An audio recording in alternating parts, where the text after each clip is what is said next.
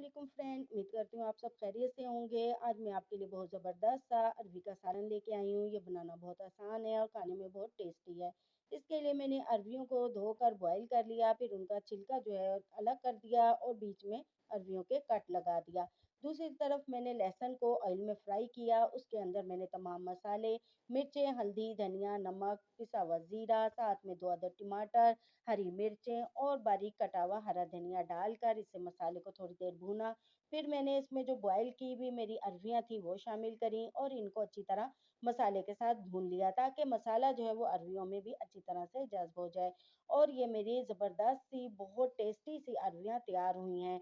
इसके अंदर मैंने भुनाई करने के बाद थोड़ा सा पानी भी शामिल किया है। अगर आप चाहें तो इन्हें बिल्कुल इस तरह भूनकर भी खा सकते हैं, या चाहें तो इसके बीच में आप पानी डालकर इसकी थोड़ी सी ग्रेवी बना लें। ये बहुत ज़बरदस्त और झटपट से तैयार हो जाने वाली रेसिपी है।